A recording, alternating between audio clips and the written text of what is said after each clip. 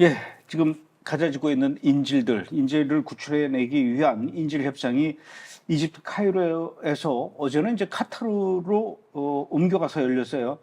카이로 회담에서는 어느 정도 진전이 있었던 것 같은데 이 카타르 도하에서 지금 열리고 있는 이 협상은 어떻습니까? 더 진전이 있습니까? 네. 근데 어제 나온 소식으로는 일단 뭐 이집트에서 진전이 있었다고 보고하기에는 아직 시기상조다 뭐 이런 보도가 나오기는 합니다. 익명의 이스라엘 고위 관리는 양측이 합의를 원하고 있다는 느낌은 들지만 상당한 격차가 있다라고 얘기하면서 이 인질 가족들이나 다른 사람들에게 섣불리 희망감을 조성하는 것에 대해서는 조금 이렇게 한 발 뒤로 물러서는 모습을 보였는데요. 이번 회담은 이제 하마스가 계속해서 펼치던 주장을 조금 꺾으면서 이제 다시 시작이 됐었습니다. 하마스는 이스라엘이 완전하고 영구적인 휴전을 하겠다는 그 선행 약속이 있어야지만 협상을 하겠다라는 주장을 하다가 그 주장을 꺾고 이제 협상 테이블에 나온 것인데요.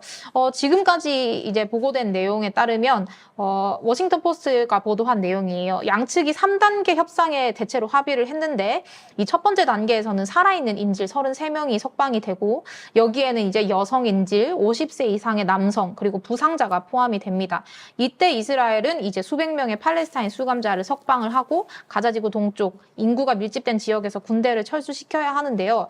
이 주요 포인트는 두 번째 단계입니다. 임시 통치에 대한 이야기가 나오는데요.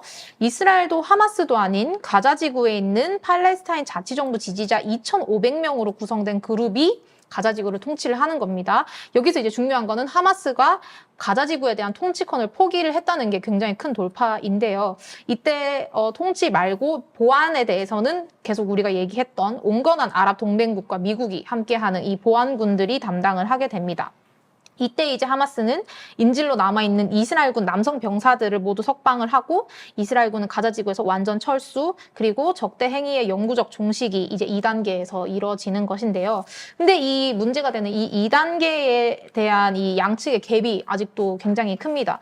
왜냐하면 이스라엘군이 이거에 대해서 동의를 못하고 있어요. 네타냐후 총리가 계속해서 얘기하기를 우리는 가자지구에서 하마스가 박멸될 때까지 전쟁 절대로 끝낼 수 없다라고 하는 입장이기 때문에 전쟁 목표를 달성할 때까지 이스라엘군의 전투 재개를 허용해줘야 된다라는 조건을 걸고 있고 하마스는 이스라엘 인질들을 돌려받고 나서도 협상을 계속 해야 되고 공격 재개 못하도록 해달라, 중재국들에게 보장을 해달라라는 입장이기 때문에 이 부분이 굉장히 주요 걸림돌로 지금 작용하고 있다고 합니다. 알겠습니다. 계속해서 이야기를 좀 나눠보도록 하죠. 네. 그런데 이번에 그 카타르 회담에서 특히 그 이스라엘의 베냐민 네타냐후 총리가 절대로 이것은 양보할 수 없다. 그렇게 하면서 이제 네 가지 항목을 제시를 했어요. 네 가지 항목에 대해서는 절대로 우리 이스라엘이 어떠한 경우에도 양보할 수 없다라고 했는데 네 가지 항목 어떤 겁니까? 네, 네타냐후 총리가 제시한 네 가지 항목은 다음과 같습니다. 첫 번째는 앞서 말씀드렸던 건데요. 어떤 협상이든 이스라엘은 전쟁 목표를 달성할 때까지 전투를 재개할 수 있어야 된다라는 조건입니다. 두 번째는 가자와 이집트 국경을 통해서 하마스가 무기를 밀수하는 거 안 된다.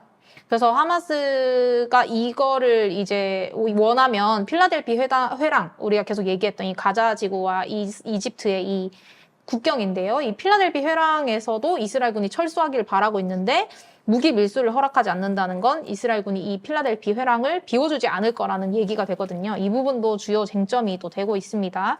세 번째는 하마스 무장대원들이 가자지구 북부로 돌아가는 것 불가능하다라는 내용이고 네 번째는 이스라엘로 돌려보낼 살아있는 인질들의 수 최대한 늘려줘야 된다. 요 네 가지를 절대 양보할 수 없다라는 조건으로 걸었습니다. 근데 제가 보기에는 이 베냐민 네타냐후 총리가 얘기하는 이 항목들 절대 양보할 수 없는 거 이건 뭐 제가 봐도 타당성이 있어 보이는데 이걸 두고 지금 하마스가 또 강력히 지금 반발하고 있고 뿐만 아니라 이스라엘 안보 당국자 다른 사람들도 아니고 이스라엘 사람들이 안보 당국자가 이 네타냐후의 이 네 가지 안에 대해서 그걸 듣고 충격을 받았다고 하는데 이거 왜 이런 반응이 나오는 겁니까? 일단 뭐 하마스는 적국이니까 반발하는 것이 당연하긴 한데요.